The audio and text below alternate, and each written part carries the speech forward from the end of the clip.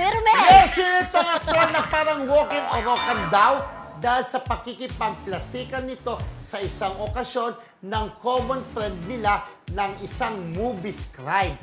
Una, akala pa ng mga nakakita na sincere ang pagbati nito sa scribe, kaya marami ang natuwa at inakalang wala na ang alitan nila.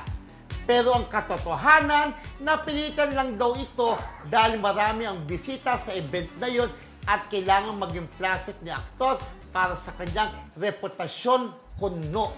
Ay, Orokan! Ay, plastikada! Correct. Yung pong Orokan, yung pangalan ng plastic na ang tawag doon na gano'n, no? Parang kitchenware, parang plasticware. Mga timba, mga tao, mga planggana. Na parang gano'n po, kasi medyo may alita yan sa tampuhan, di ba? Sibugan na, Orokan! Ay! Yun na. So, yung nagkita sila pa, okay. Ay, kumusta ka na, beso? Parang may cup sila, parang gano'n. Tapos biglang nagbatian. Correct. Yung pala sa loob-loob nito dahil maraming nakakakita, maraming tao. Kunwari, okay ako, pero deep inside him, ayoko pa rin siya. Parang nagalit sila sa common friend nila na may okasyon, parang sinisip pa na parang pakana or sinet up lang yung pagbabati, parang gano'n. Correct. Pero maganda na rin sana kung nagkabati na. Nandun ba tayo? Oo. Ay!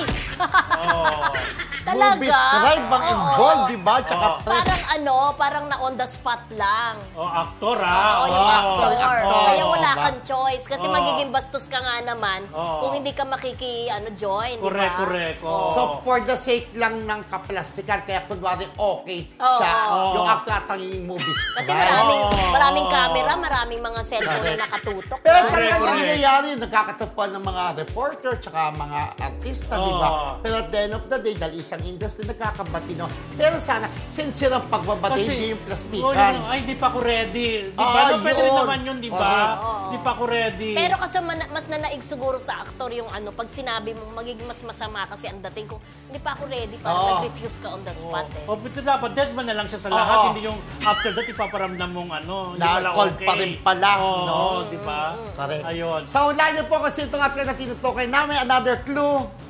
Ay, actor siya. Basta actor siya. Sikat. Sikat na nakipagplastikan sa isang movie scribe na kunwari okay na sa kanya, all's wells that ends well. Yes. Pero hindi pala totoo. Sa loob-loob niya, Kirk sa'yo, sabi ng aktor. Sinabi niya ganon? Okay.